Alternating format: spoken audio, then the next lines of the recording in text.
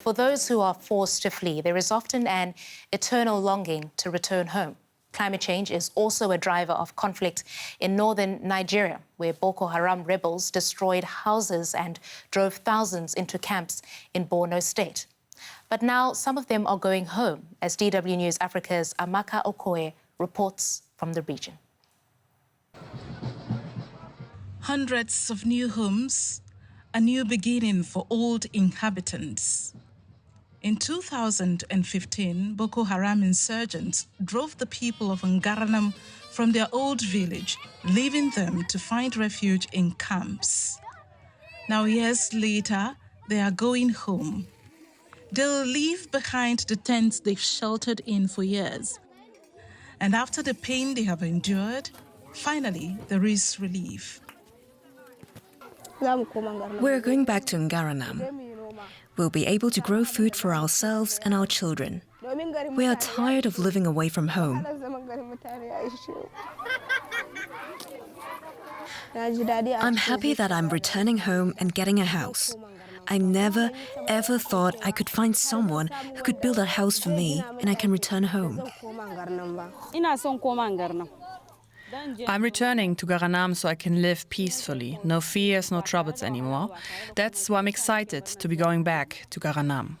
Some years ago, this community, Ngaranam, was completely flattened out, destroyed. Peoples were displaced and livelihoods destroyed.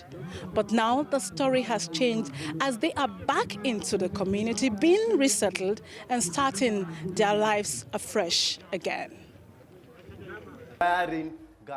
Saleh lost everything on the night of the attack. Since then, he's lived in 3 different camps. His new house is bigger and has more rooms than his old one. He's looking forward to moving in and enjoying the freedom that comes with living here.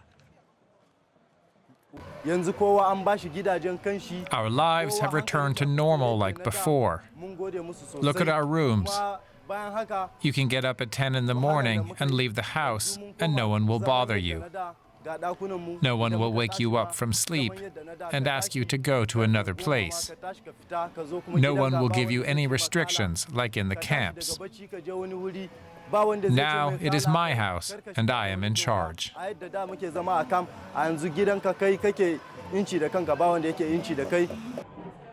One of Nigeria's foremost architects, Tosin Oshinowo, crafted the buildings. Known for her creative solutions, she says consultation with the people was key to coming up with designs that resonated with them. It's very important to me that people should be proud of their home. I think if people have pride in where they live and have peace of mind, anything can be achieved. It means so much to be able to sleep somewhere in safety and in comfort and be able to get up in the morning and go to work and be able to raise your children, to be able to walk around, to meet your friends, to speak with family at peace. The project is a joint effort of the Borno state government and the United Nations Development Programme and its donors. The aim is to replicate this model elsewhere. These people have been denied for more than a decade ability to come back home. Not only to come back home, for a decade they have been in camps. And you know, camps are important in terms of saving lives and providing security, but also it takes away dignity for many people. So here is also coming back to dignity. But the insurgency and violent extremism are not banished from Borno state completely. There remains concerns about security in many areas. But for the people of Ngaranam, there is at least a return to dignity as they rediscover normal life again. My next guest is the architect who designed the homes you just saw in that report, Tosin Oshinowo. She joins us from Lagos. Welcome to DW News Africa, Tosin. It's good to see you. So you're an architect by trade. How was this project different to the homes that you've designed before? So thank you for having me. This is the first project that I've done within the humanitarian sector. I do tend to work in the private sector, so dealing with individual clients or companies, corporations. And this project specifically was different because it's humanitarian and there were a lot of stakeholders, but ultimately what was really important to me was ensuring that I was still treating the community as a private client as such. So it was important to me to ensure that I was able to speak to them about their requirements, what exactly they needed in their homes. One of the questions I asked them in one of the consultation meetings was what color they would like their buildings to be. And I had already seen some traditional buildings in the area. And the location where we had this meeting was in a school, and there was a color that's very close to what's called an Abuja brown.